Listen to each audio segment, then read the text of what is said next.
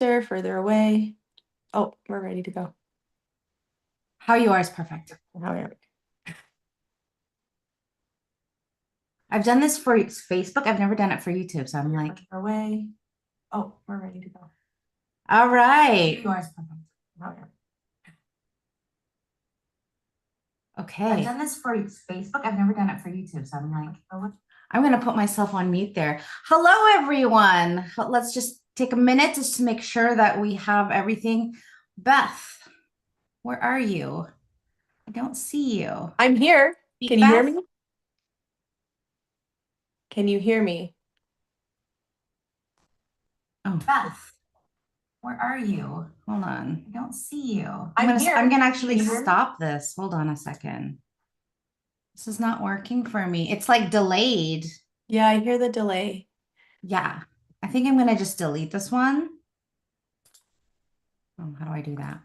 You know what? Why don't I just Can you record hear it? me? Why don't I just record it and then I'll upload it later? Oh, sounds good. Yeah? Where Okay. are you? It's Slightly so annoying, isn't weird. it? This is not working for me. It's like delayed. Hold on, honey. Hold on. Give me a sec.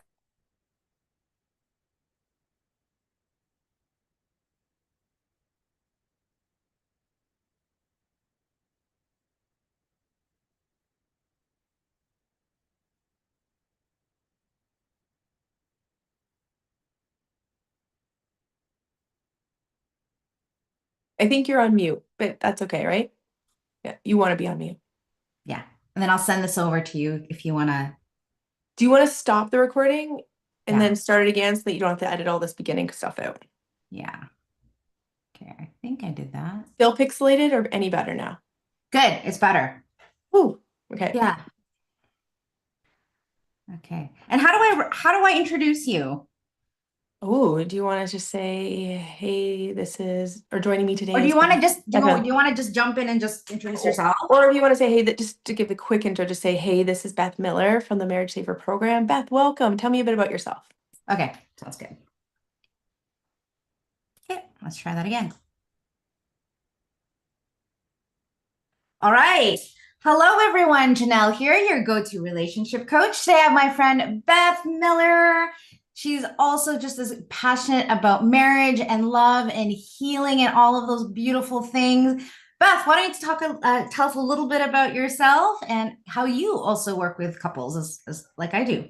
Sounds great. Jeanell, thank you so much for having me here. I'm so excited for this conversation. So, for Yes. anyone who hasn't met me before, I am Beth Miller and I am a marriage coach. And I primarily help women, in particular wives who have been betrayed by Mm. their husbands. So, infidelity is massive, right? About 23% of women are impacted by their husband's cheating. And if you were to look at four women, like one has experienced this at some time in their life. So, like I said, I am a marriage saver coach, but my I guess the foundation of what I do is rooted in hypnosis. So we'll talk a little bit about how hypnosis helps save marriages. Typically, people don't put that together. Hypnosis saving marriages. Usually it's couples counseling. And going to couples counseling, that'll help people save marriages. So we'll talk a little bit about that later. Yeah, that's really beautiful. Thanks, Beth. You know, Beth and I met, I guess, a few months ago or a few weeks ago, actually. It's haven't been in a month. And we, really bonded on our passion for healing of marriages and saving marriages, if at all possible, especially in the realm of, people with families. I don't know about you, Beth, but a lot of couples that come to see me, it's a lot of times it's motivated by their children to stay together. And I'm curious, do you work mostly with women that are looking to save the marriage, or is it more just healing whatever that looks like, whether they're planning to, stay or to go? Good question. I always ask someone when I meet them, scale of 1 to 10, 10, do you want to save your marriage? You can't pick 5. You can pick 4.5, 5.5. And Mm, everyone who comes to me, for the most part, wants to save their marriage a little bit. Whether they're even a 3 out of 10, they come to me still wanting it. They know that they're not ready for divorce yet. They still have a little try in them. And a lot of yeah. it is, like you said, kids. They want to be able to look their kids in the eye and be like, you know what? I did everything I could to try and keep your dad and I together. And a lot of women do say, kind of to your point, if we didn't have had kids, I'd be gone. But in Yeah. some ways, infidelity can really make a marriage stronger. And again, not every case, you got to really study each one. But yeah, Yeah. most women come to me because they want to save their marriage. They want to give it a try, even if they're kind of on the fence. Yeah, I would say the same thing for me as well. I think, I don't know about you, but I look at these crushing, devastating, tragic moments as opportunities. I look at it from, I think, a spiritual lens a lot of the time. And even in my own life, I have experienced infidelity both as a child with my father cheating on my mom, and then also as an adult. And, I remember thinking to myself, like, why me? Why did these terrible things happen to me? Did I do something to deserve that? Am I not good enough? Especially as a child, being watching your dad leave at 9 years old, like it really messed with my head. And I didn't even realize it until I became an adult, how much that moment of my dad leaving made such a huge difference. But, standing where I'm standing now and standing for marriages, standing for reconciliation and love and forgiveness at the end of the day, um, I really see these moments as opportunities for our soul to grow, for our mind to grow, rather than looking at as a, almost as a victim, which is so easy to do, right? And so I think this is why these conversations are so important because it's easy to blame, it's easy to complain, it's easy to point the finger over there, but the real juice, like I believe why these things sometimes happen is there's something for us, like it's a mirror for us to reflect on the parts of us that need to heal in order to be at peace, not only with ourselves, but with the people around us. What are your thoughts about that? Yeah, I agree. I believe everything that comes to us, whether it's crisis in relationship, wealth, health, sometimes we have to hit this rock bottom, or what we might call this massive, what seems like Mount Everest obstacle, opportunity. Some people call it a test, but I like the word opportunity, obstacle. We have to hit that rock bottom to really, really look within to be like, all right, I need to find myself. So Yeah. it is this massive pain. When you're on the other side of it, you can look back and be like, wow, there's a lot of gifts in that. I see what came from it. And often it's like finding your self-worth. It's finding a different, not identity, but you're like, you know what? I am lovable. I am enough. I can be heard and seen. I can Yeah. set better boundaries. And sometimes what happens from this is you're able to turn your pain into purpose. Because a lot of times you're like you just said, like, why me as a 9-year-old child or even later in adult life when it was happening? Like, why does it happen to me? And so often we're like, okay, was I not a good enough wife? Did I not clean well enough? Did I Mhm. not meet his needs? I was feeling depression, anxiety, focusing too much on the children. Was Yep. this me? Did I cause him to do this? And my number one out there is no, you did not cause it. He could have communicated to you. However, he didn't. And so then we start to unpack it from there, like maybe why he did it, but how this is not you. You did not cause this. Maybe there's contributing factors, but it's not your fault. Yeah. Yeah, honestly, I don't think it's anyone's fault. Like if I'm really honest with you, there has been moments in my life that I've done some things that I haven't been proud of.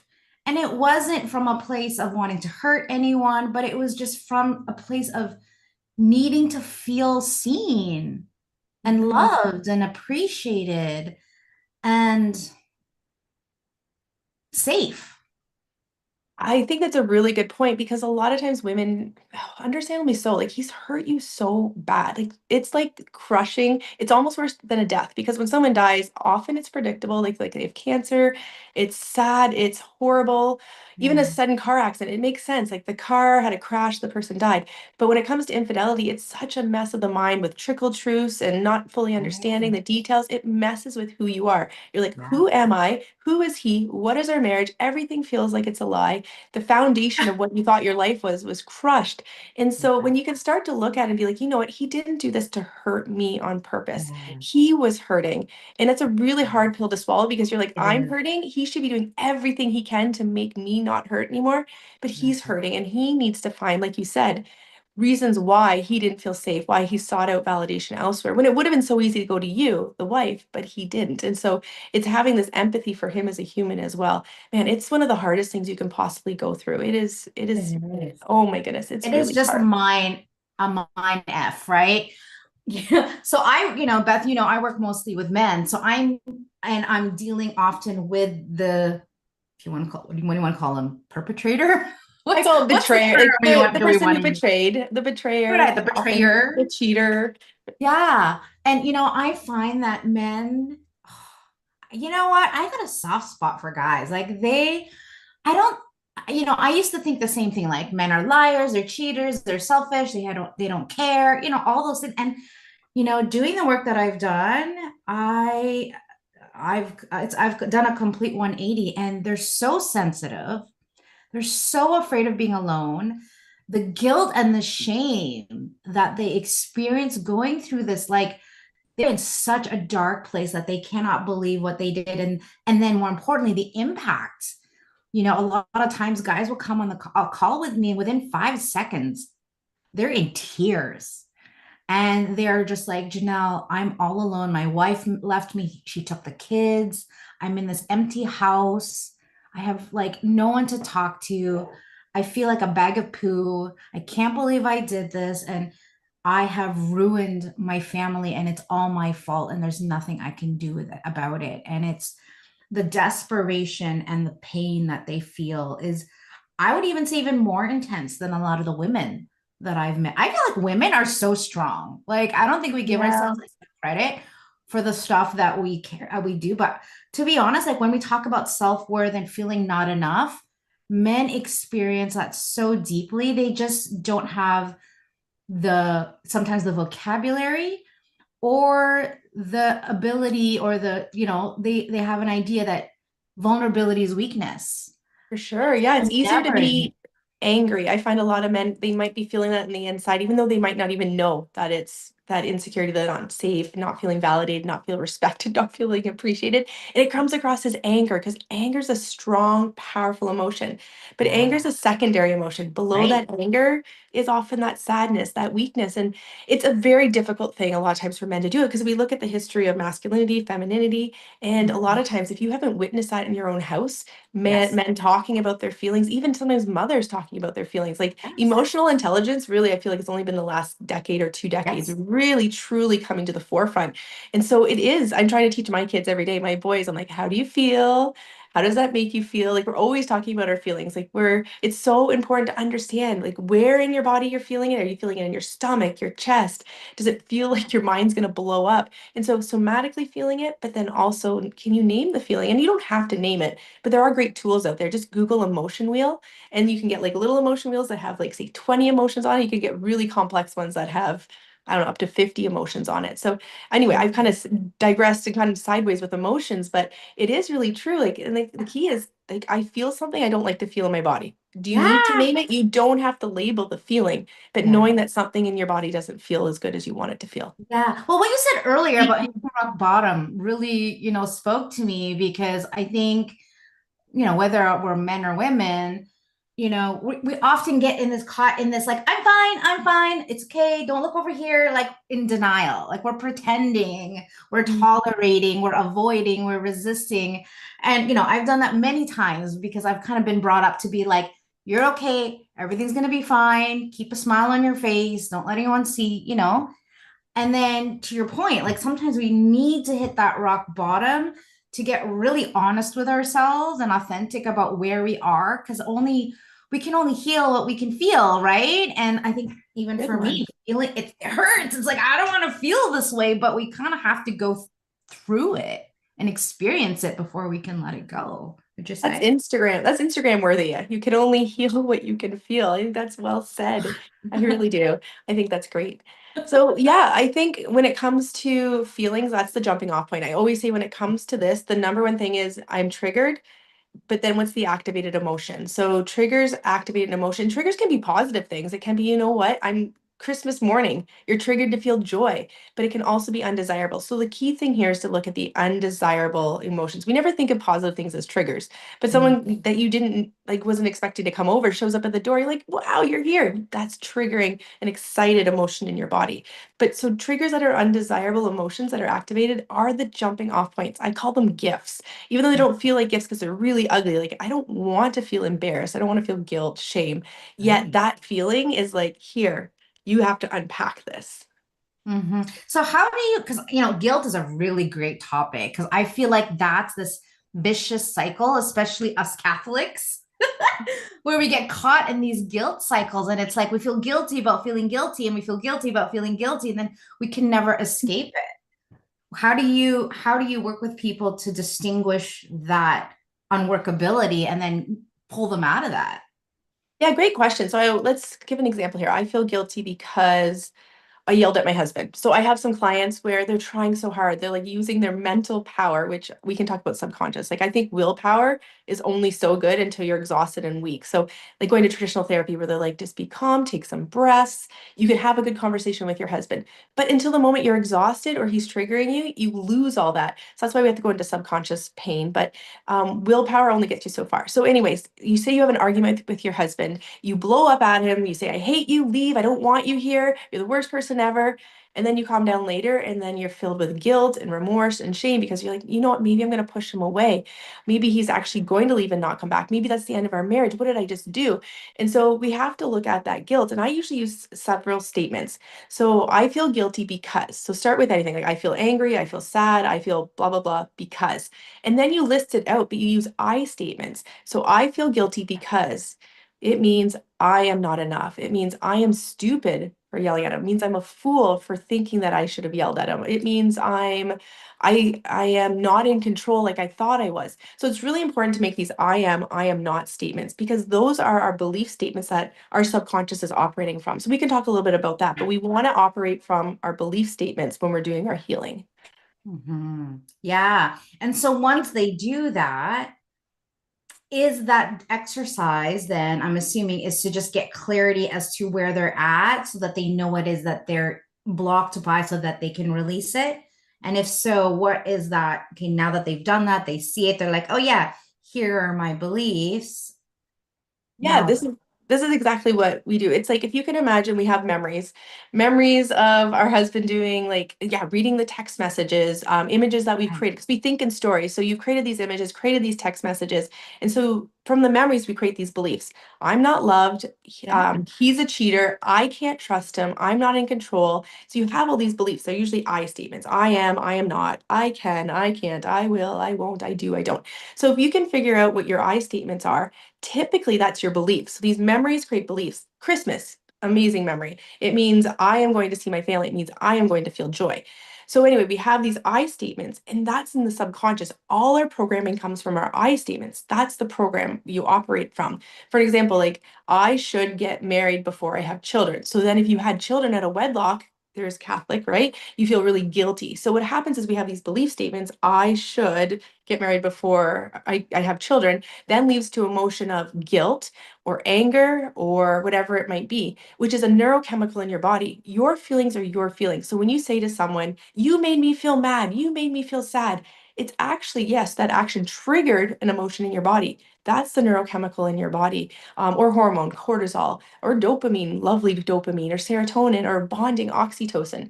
So we have these beliefs and then what happens is they activate emotions in our body, which then produce the action, such as yelling at someone, because all of a sudden you feel mad at him. He's like, he doesn't hear me. I'm not heard is the belief statement. Creates the emotion of anger, which creates the outburst of yelling at him. Or for some women, they don't say anything, and that's the action that happens. Mhm.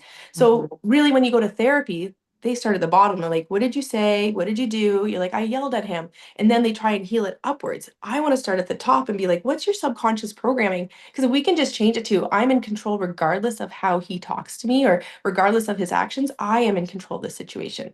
That's where real change happens in a relationship and within yourself. Oh my gosh, you said so much stuff there. Like, whew, where do we even go from there? There was something you said earlier. So how about, one of the things that I see, and I'm sure you too, especially you, is like, I'm assuming, is, around guilt of like you make this commitment to a promise to yourself, like, okay, this is the boundary you don't cross. Infidelity, right? That is the drawn line. And if that happens, we're done. Right. We make these huge statements. And then when it happens, we're like, okay, I'm done, but you're not really done, right? Like there's a part of you that's like, no, no, no, I love this person, and we have kids, and we have a house, and we have all these things, And I don't want that. But then it's almost like they feel like they're betraying themselves. And so there's that piece of the guilt. And then right? And so I feel like that's like it's kind of like they're like straddling the fence, and this fence is like it hurts. But it's like the morality piece of it, but then there's the emotional piece of it, and then there's the responsible obligatory piece of it as parents. I mean, I can't imagine, like, I don't have kids, so I don't know what that would be like, but that's a lot. That's a Yeah, lot of it emotions it mixing is up. a lot, and you nailed it. You really did. And so what I like to do is I like to call in what we call internal family systems. So it's like Jeanell. You have the Jeanell that's the mom. She's like, we can't break up the family. I'm going to destroy the Right. family. The kids are going to be in therapy forever and become Right. drug dealers and become worst case scenario. And then there's Right. the other part of you, the teenage Jeanell, that's like, you know what? Or maybe the childhood you who saw your dad walk out on your mom, and it's like, you don't let a man treat you this way. But then there's also the guilty you that's like, you know what? You contributed to the breakdown of the marriage too. So, and then there's the sad you being like, I really want him, I'm grieving him. So it's like you have all these little Janelles in you. And so we call it internal family system. And so it's kind of getting your team in alignment, being like, who's going to be at the control panel? Oh, yeah, like if you've seen the movie Inside Out, it's like, who's at the Mhm. control panel? It's like anger on, guilt Mhm. on. But what we want to do is find your true self to be like, that's your intuition. But with Mhm. infidelity, your intuition gets squashed. She's like, where are you? You hear her, but there's so many lies that you're like, I don't know if she's right or not. But when you pull Right. out intuition, she'll guide you. She'll tell you what to do. And Mhm. part of that might be like, you know what? As a child or as a teenager, a young adult, I had this belief that if he cheats on me, I'm gone. Once a cheater, always a cheater. And what we Mhm. have to do is we have to overcome that belief, being like, you know what? Do I want to operate by that belief anymore? Yeah. I can see him as maybe sick. I can see that he lost his father and his way of coping was very unhealthy, and he started texting women online. I'm seeing him as a human, not just this evil person who cheated on me. I see our Right. many years together. I see him as a good father. I see him in these many lenses. I see his parts. I see the guilty him, I see the broken him, but I also see the good father him. And so it's like we have to widen our scope of who is Yeah. our partner, who are we, and be like, we have retirement plans, we have been saving money, we have plans, and I don't want to throw that out the window. This is a blip in our chapter of our marriage, and I want to close that chapter and move on to the next, or I want to entertain the idea of it. Yeah. Yeah. That was so good. So, as I'm listening to you, I'm really thinking about, how important, like, yes, we want to heal the marriage, but the first piece that we need to address is healing ourselves. I have a lot of clients that says, I don't know if I can trust him, right? Or I don't know if I can forgive him. And oftentimes, what there is really we can't trust ourselves, right? It's just like, oh, I was in love with this person and they betrayed me. So what if they betray me again? And so that trust is broken. And so no matter what he does, even if he's like a saint, it doesn't matter because everything is looked at the lens of, how, is this real? Is this right? Is this going to happen again? And not, I know for myself, when I was going through that, is like not wanting to be made a fool, right? And then the forgiveness piece, same thing. When people say, I want to forgive, but I can't. And oftentimes I ask, okay, well, let's just, turn things around a little bit. Is there anything that you feel like you need to forgive yourself for? Do you blame yourself in any way? And oftentimes they don't even think about that because they're so focused outwardly as to what's going on over there that even if they are having an, introspective moment, it kind of gets pushed away because it's like, no, no, no, no, let's not focus on that. Let's focus on what he did, you know? But for me, when people actually take the time to really go, okay, is this triggering, again, for me, is this triggering? How much of this is actually to do with him? And how much of it is actually triggering something over here with me that is reminding me of something else that happened to me in the past with a different, either with my parents or someone else in my life that I loved? Yeah, if anyone's listening, they might want to slap me over this one, but I think everything is happening for us, not to us. But just to go back to your point there, you made some really good statements there. And I think, again, it's about bringing it down to the belief. The belief is, I can't trust him. So sometimes we have these, like what I call bridge beliefs. It's like, I can't trust him. However, I choose to trust him today. So when we say, I choose to trust him Mm-hmm. today, your brain's like, huh. But it's like I choose to trust him. Like, I don't know what he's going to do in a week, a month, a year. So I choose to Yeah. trust him today. When we make the belief smaller, we'll then from there create more thoughts of like, okay, I see his phone's there. He's coming home on Right. time. And so it soothes you. And then what happens is you have better emotions, which create better actions, which could be intimacy and Right. communication. So we want to make these little beliefs like, Yeah. I can trust myself to trust him today. Because, like you said, I agree with you. You have to trust yourself that it's safe to trust him. You have to forgive yourself for any, not always, you might, like, if you don't think it has a thing to do with you, then you probably already forgiven yourself because there's nothing to forgive. But if you feel like you played a role in this, then it might be, I forgive myself. I did the best I could. So maybe that's the belief. I did the best I could with the things I knew at the time. And then what happens when you have that belief, it creates better thoughts, creates better emotions, like that top-down approach. Because like I Yeah. said, the I statements are running the computer. And so that's where hypnosis comes in place as we start to kind of rework some of those I statements. But it's really important. I think trust and forgiveness are last. You want them to be first. Because you're like, I want to trust him. But you have to do the healing on the front end, which is the trauma, the betrayal trauma you've been through, the images, the memories that you're seeing, those are what we have to get to first because if not, it's you're going to be looping those versus in which won't allow you to trust because you're like, I can see all the times I couldn't trust him. Yeah. It's so interesting. I don't know if this started during COVID or if this is like a social media phenomenon, but back in the day, 20, 30, 40 years ago, infidelity was very black and white, right? And now with social media, it's like he cheated on me. It's like, okay, what did he do? Well, he was talking to a girl, or he had pictures of women on his phone.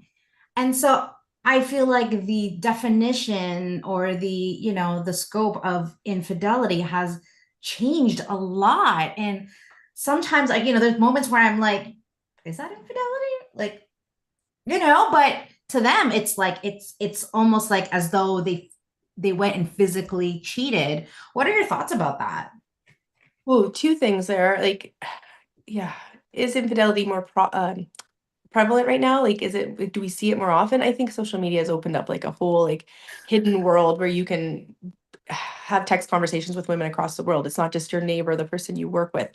Although I do find a lot of infidelity is with people you know in your community and Mm-hmm. coworkers. That is very Mm-hmm. common.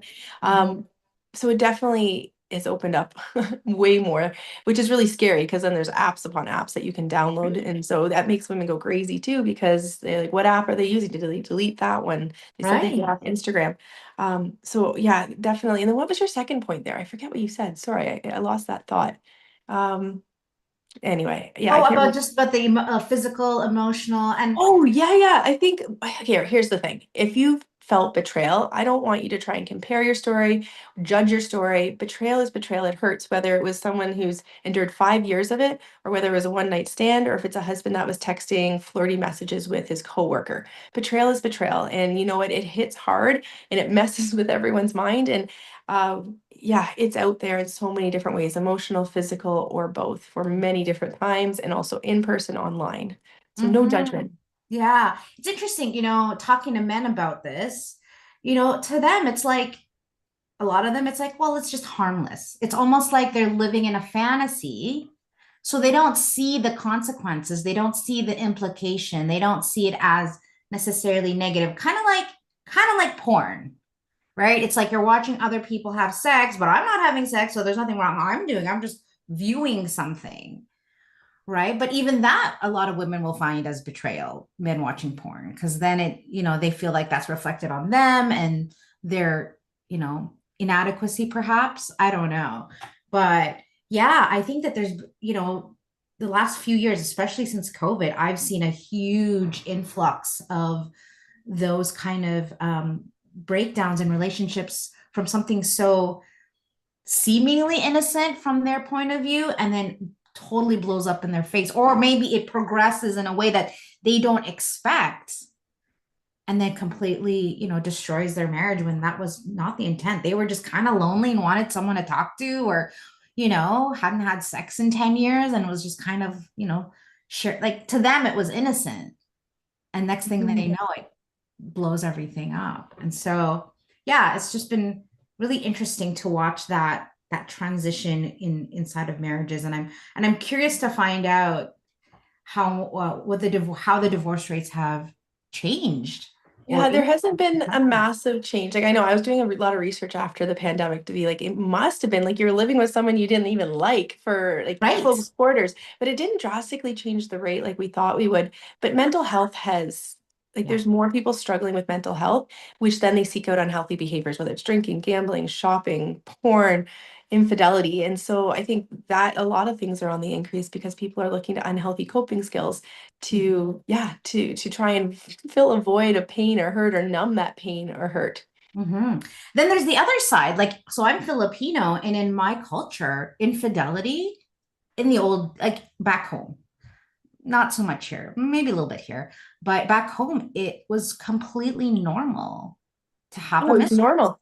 Yeah, normal to have a And mistress. the wives are completely like okay with it because that's just culturally how it's been. And so there were times when you would have your wife and then you would have children from your mistress. And it, not that it was necessarily accepted, but it was kind of accepted. Like it wasn't, it wouldn't necessarily break down a family, is I guess my point. Yeah, so it's all about the narrative we tell ourselves. And we all tell like a husband who's doing that, it's like, this is fine, this is okay. My wife agrees with it. Or I don't know what the narrative would be Yeah. back home for you. The But a lot narrative is the narrative is it's just sex. It's not like I love her. yes. Well, I find often like coworkers, like a man never seeks out to often cheat on his wife. Sometimes, but often it starts off with a coworker and you're just talking about similar problems. Maybe she's struggling with her husband and you're struggling as well. And what happens Yeah. is it just turns into this like conversation. You're like all of a sudden you feel heard and you could go talk to your wife, but all of a sudden on a different level, she really understands you. And it starts with these flirty messages. And so the narrative is like, she understands me. We're just having conversations. But then Yeah. what happens is the narrative evolves and it turns into like sorry the actions evolve but maybe the narrative stays the same as like she's just helping me out or we're just debriefing life and how to Mhm. overcome these struggles with our partners and so it's narrative and so he may stick with that narrative although the actions increase to sexual or completely inappropriate flirty messages it's like she's just my coworker we're just talking. Yeah. Oh, so here's my question to you. What do you think is going to make the difference? Like, what do you think is missing in the world that if we were to really like focus on this side of the healing would honestly save generational trauma and generational trauma for the most part in these situations I think the key is and ending just the whole cycle of divorced parents. yeah, I work with a ton of clients who are ending that cycle right now. And it starts with awareness being like, I don't want to be my parents anymore. I don't want to be that story anymore. So it just starts with the awareness of I can see. It's like you open your eyes, you're like, whoa, I can see how I'm not communicating with my partner, just like my parents didn't communicate together. I can see that I Yeah, don't know how to even give my husband a hug or a kiss when he leaves because I never witnessed that. Like, I'm not saying, like, what are you witnessing? So, this is a really good exercise. It's like, what did I witness love to be in my parents' relationship? If you even had parents together, how exactly. did you witness love? How did you witness a man treating a woman or a woman treating a man? Was your mom resentful? Was your husband, oh, sorry, was your dad disconnected or was your dad doing everything and your mom was busy working? Like, it's like, what did you witness? And then am I doing those same patterns? And so it's awareness. It's really like, what do you see? And then deciding, Mm, okay, I'm going to dig into this and make sure I don't do it too, which comes from that subconscious. Because, like I said, remember memories create our beliefs. So if the memory is, um, yeah, like a woman needs to apologize to a man before things get better. And the belief is a woman needs to own it. And then like the husband will then love her the way she needs to again. And so you just got to look at your beliefs, but they come from memories that you don't even realize our computers are operating under certain beliefs from childhood. yeah, absolutely. For me, I think what's missing in so many marriages is friendship. Oh my goodness, absolutely. The foundation has to be friendship. That's the beginning of emotional intimacy. So it's so important. I'm so glad you brought that up. Absolutely. Has to start. I agree. 100%. Yeah, I when I meet with couples, because I do mostly couple work, I often ask them how they met, and a lot of times they got married really, really fast because maybe they met later in life, or they got pregnant, so they felt the right thing to do was get married. But oftentimes they skip that really important piece of building that solid, strong foundation. And, when I look at Mike and I, my husband and I, we've been together for 20 years. We rarely I can count on one hand how many times we've gotten in arguments in 20 years. But I think part of it is because we respect each other so much. And I think that is in place because we spent probably 3 years as friends before we got into a relationship. Now, obviously, not every couple gets that opportunity to really, start as friends and then move into lovers later. But, when I look at most couples and why there's a breakdown, oftentimes we fall in love with the idea, with the potential that we see in someone or the promise that they make us rather than seeing, judging them by their actions. And then we set expectations because maybe we watch way too many Disney movies or whatever. We have these expectations of how perfect things should be, how perfect they should be, how they should be able to read our minds and just know what we want without communicating that. And then that's when for me, that's when the breakdown happens is when there's unmet expectations, but they've never been communicated. And so there's a lot of assumptions, and with assumptions come disappointment. And so, when I went to see a personal trainer and I told him what I did for a living. And he said to me, "What's one piece of advice that you would have for me and my girlfriend?" And I said, "Don't have expectations." And he looked at me. He's like, "What do you mean? How can you have a relationship without expectation?" But I think I think part of it is being present because expectations comes from the past of either another relationship or an occurrence from the past. And you're not actually dealing with this immediate moment with the person in front of you and what they're saying and what you're thinking. And so for me, my husband and I, again, been together 20 years. He makes coffee every single morning, but I don't expect it. Because if I expected it and one day there isn't coffee, which happens sometimes, I'm going to get upset. But we never made the agreement that, hey, you are doing coffee. I expect coffee every morning by 9 a.m. There was no conversation like that. But because I don't have that expectation when I see the coffee, I'm delighted, right? It's like a bonus. But I think when we have, and I think that also works with ourselves, like when we put expectations on ourselves, it gets really heavy, and then it kind of starts to mess with our head. And I think that's when we start to get stressed out and frustrated and Mhm. overwhelmed. So for me, like my practice, and one thing I know I need to work on is being present because I'm either thinking about what happened and how I could have made that better, or I'm planning for the future. And, and which is great. But I think the hardest thing is being still self aware, conscious in this moment with the people that we're with, you know? Well, yeah, and how do you get there? So again, I would go back to, okay, two things. Yeah. I find working on communication comes after self-healing. It's good because when you live Yes. with your husband and he's betrayed you, it's actually really good because you're constantly triggered. So I'm like, oh, there's another Yeah. gift, there's another gift. But then the gifts become too overwhelming and you're like, I can't handle this. So anyway, we want to do the subconscious work, and often it comes maybe from why you have those expectations. But I also, when you're talking about communication, which is like the second half, which comes with trust and forgiveness in the work I do, curiosity is one of my favorite strategies. So you talk Yes. about coffee. And it's something like, is everything okay? I see you didn't make coffee this morning. So tell me more. What's going on? Like it's getting curious. It's not like you didn't make me coffee. It's just like Right. asking a simple question, like, tell me more. Yeah. And empathy too. Like, I understand. Like it's simple statements. Like you don't have to agree with someone, but it's just echoing back what they said. But yeah, those expectations often come from past programming. Like women should do this, men should do this. And even though you're like, no, I don't believe it on a conscious level that women should, I'm trying to think of an example. Like women, like one I had too is like my mom was a stay-at-home mom. So I did think that my husband should make more money than me is a belief that I Mm. had. And so for a while there, I was a bit resentful, being like, you know what, he's not making more than me. But sometimes what happened was I realized I'm in a position where freedom, family are my core values. And I have a position, a job where I have so much flexibility. And it gives me the income where, you know what, we can travel and do things. So like I've manifested that in my life. Yeah. But at first I had to dig into that belief of how much he makes versus I make like years ago. And I think it's really important to be like those expectations and what you consciously see happening versus subconsciously. It's really, really important to check in with the two. Are they in alignment? Yeah, and that's so great you mentioned the money piece because I think that's a huge piece nowadays where women are making more money and how that affects the dynamic, the power dynamic in the relationship, and also sort of that masculine, feminine, piece of that.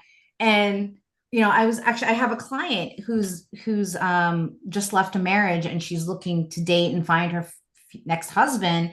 And that was something that kept coming up. She's like, I like him, he's so great, but he only makes this much money, right? And it's like it's less than I, and she makes about 150 grand a year. And when we dug under that, it was like, yeah, there's this subconscious belief that making less money, for her, which was really interesting, that he will cheat because her ex-husband who made less money cheated. So she has it that if he made a lot of money, he would not cheat. If he made less money, he would likely cheat. And then the second thing was around feeling safe, feeling secure, Oh, which we that's all a know big one. just, Absolutely. You want yeah. to be provided for. That's also a kind of a, if we look historically, men provided for women, right? And it's just another ingrained belief like that. You're talking about generational belief systems that are coming through. So, oh, it's mind blowing when you start to do this work, be like, where did that come Yeah, from? And for so you sure. might be listening, being like, blah, blah, blah. This is not exciting. But then when you nail oh, can you see? Here you go. Yeah. Sorry, did I lose me for a second there? No. If you, yeah, it's just mind blowing when you do finally like hit these like, wow, that's what I've been Yeah. thinking for so long, which Yeah. has been keeping me stuck when I haven't been able to get over that obstacle, like you talked about at the beginning, because of that. So this inner work Yeah. is just, it's so fun when you go down, the snowball starts going, you're like, and you Yeah. start to see yourself in a different light and your world starts to change, you're acting differently. In Yeah. manifestation, like I talked about, like my core values are really family and freedom. And I've created a job where I can work late at night, I can work early in the morning, I can go on my kids' field trips. And it's just amazing. Like I've manifested that through the vibration of myself and the law of attraction. And it's really neat. When you clear out these blocks, you vibrate higher in a place of joy, enlightenment versus fear and sadness and guilt. And you're going to draw in that same light vibration. So it's just a beautiful process of like energetics, neuroscience, psychology. I love this work. Me too. I love it's almost like detective work. I kind of love, it's like putting together a puzzle and there's all these missing pieces and being able to finally fit those pieces and being like, oh, we weren't missing pieces. We had it all here. We just didn't know how to put it together, you know?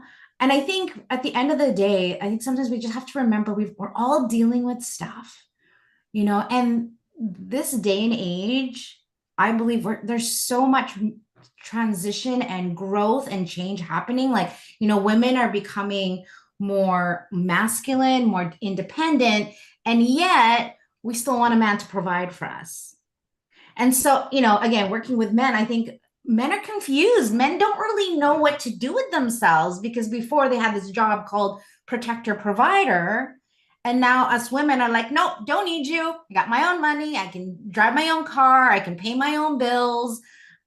I could take you or leave you. Doesn't really matter. And I can even see that in my own relationship with my husband, where, my mom was a very strong woman, pretty much a single mom for half her life with my dad. And, my husband's so wanting to contribute to me, so wanting to make, be the hero, and me being like, no, don't need you. And, he's so sweet and so honest and transparent. And he said to me, he goes, babe, if you do all these things, so I'm 4'10" and a half, and he's 6'2". And he caught me on the counter with my hand up in on the cabinet. And he's like, honey, get down, get down. What are you doing? Like, let me get that for you. And I said, babe, it's fine. I'm already up here. I'm okay. Don't worry about it. And yeah, he said to me, he goes, babe, if I can't get high stuff from you, high stuff for you, if I can't do these things, then you don't actually need me. Like, what am I here for? And it actually really dawned on me. I'm like, yeah, they want to feel needed. And so going back to infidelity, Yeah. It's a big part of it. right? It absolutely is. They want to feel needed. They like to fix or they like to help. And if we're not able to do it at home, it's not right and it's not okay. Trust me, this is not not me Right. giving a free ticket for what they did, but it's them maybe not understanding that core belief and being able to articulate and communicate it with their wife. Yeah. Oh my God, this conversation's been so great. Thank you, Beth, so much for sharing your wisdom. And I'm like trying to take notes as quickly as possible so I can like soak up all the juice. So good. What if there's anything you want to leave with people who are, especially women who are in it, in the thick of it, what what three things would you have? What three pieces of wisdom would you want to share with them in this moment? The biggest one truly is like, you will be okay. Absolutely. You are enough. You will be okay. You are worthy of love. And those are often the ones I find you lose so quickly when it feels like your world, your life has been shattered. But Mm, ultimately, if you can keep reminding yourself and do some of the subconscious work so you can get your safety back, get your self-worth back, and then work on communication. But you yeah, will be okay. You are safe. You are enough. amazing. Thank you, Beth. Everyone, Beth, how can people get a hold of you if they want to know more about your work? Oh, great question. So yeah, you can look up Beth Miller, Soulify Wellness. Soulify is Soul, like Soulify Wellness. Or we have a great marriage guide called freemarriageguide.com, like all one word, freemarriageguide.com. So you can go to that website as well. I'm on Instagram, pretty much every social media platform. You can just look up Beth Miller, Soulify Wellness. And you know what? We're happy to chat with you. We do a lot of 15-minute calls, complimentary ones, just to give out advice because we know that everybody, we truly believe everyone like should have access to healing, even if you can't financially do it. But we give out a lot of 15-minute calls if anyone wants that too. Amazing. So yeah, if you're a woman and want some support, Beth is your girl. You got her info. Beth, again, thank you so much for being with us. This is Jeanell signing off. Thanks everyone for been listening. And you know, never forget that you're not alone. And there are people here who love you and can support you, and that let love lead the way. Thanks, everyone. Bye for now. Okay. All right. So I stopped Oh, that. that was fun. We could talk Ah, forever. oh my God. I was like, oh my God, we go into so many like, woo, woo, woo. Felt like I Yeah. was in like an amusement park going on all these different rides and like being like, yeah. It's an awesome. Thank So you. Thank you fun. so much. Oh, I agree. So yeah, let me know if you want to chat or like send me, yeah, whatever you want to do. I don't know. Did you save it to your cloud? No, I saved it to my desktop. Okay, because And then however you want and then to, I usually put it on a Google Drive and then I'll share it with you. okay, so then you can share it with me and then we Yeah. can post it as well. Yes, yes, All right. absolutely. We will get it out there the moment you send it to us. Okay, great. Beautiful. Yeah, I'll do that. I'll do that today for Yeah, and sure. we post it on every social media we possibly can. So it goes out there everywhere. We email it, we'll email blast it out too. Um, Depending Do on you, the day. Yeah, go ahead. I was gonna say, do you have someone who will do the video edit for you, or do you want me to video edit it for like just the that first sort of few minutes of it, or do you have someone that you are you Yeah, gonna just cut it if and do whatever you want with it? the one in Google Drive, will yours be cut or will it be raw? Well, that's what I'm asking. Do you want me to give it to you cut, or do you want me to give it to you Yeah, if raw? you want to give it to me cut, that's easy. Then he doesn't have to do it. That's easy. Okay. You'll know exactly where to cut it, so it's probably better that way.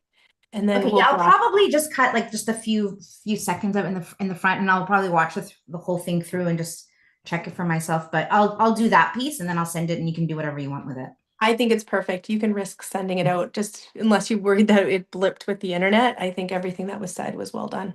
Yeah, I'll watch it. I'll watch the first few minutes and make sure it looks good, and I I'll know, send and it I over. talk so fast. I'm sorry. I get going and Oh it's no, that's okay. going. Like it was, yeah. It was like okay, need to pay attention. Yeah, and it works. It was totally fine. So thank you. All right, awesome. Thank you. And I'll talk And to you I will soon. be in touch for my stuff too. So yeah, I'm gonna be moving August 1st. I'm gonna be starting my program, I think August 7th. Okay. So I'll probably see how that goes and see if I can, cause a breakthrough for my own. And if I'm still not there, then I'll reach out to you. Yeah, sounds good. Something in the fall if you want some help. And Yeah. then, oh, when you do post your YouTube, like when you post, can you give me the copy that you use with the post, and I'll make sure I use what you use, plus make sure I put all your links and in mine as well. Are you talking about my shorts or are you talking about the full? No, when you take this whole interview that you've done, Yeah. when you put it on YouTube, you know how you put your copy below it with like your Oh, links and all the description? yeah. If you can email that to me and then we'll Oh, use yeah. that for sure. Okay. Got it. Okay, love. Thank you All so right, much. talk to you later. Bye. Yes. Oh, one other thing, Beth. Your program, it's 3 months, right? Yeah, 12 weeks. 12 weeks. And you do like a big session with them monthly, and then I you do do, hypnosis with them like every couple weeks, like every 2, 3 weeks, and then we meet monthly. But if there's ever crisis, we'll meet with them. But there's never like we're pretty good. There's hardly ever crisis, and hardly ever do we need to talk because we talk to them every day. So okay. they're I'm putting together a joint, like a collab, like commission referral structure. yeah. Do you have anything like that for your business? Like if I were to No, I send don't. one over to you? Yeah, sure. Send it to me, and I could potentially. Yeah, like you mean if there's like a man that needs your help, I could send him to you, and then there's a commission that comes my way. Yeah. Yeah. I pay a 10% commission. Nice. Yeah, send that my way for sure. Okay, Yeah, cool. And do you absolutely. have And anything like that too? Do you have a program? no, No? Okay. no, but I potentially could. Potentially could. Yeah, because I just realized like I have so many like parenting coaches. I know a lot of divorce coaches. And I'm just thinking like, yeah, I should, instead of me like trying to claw for new clients, like I could just tap into the people I already know and just Loving create some that. sort Yeah. of incentive for them.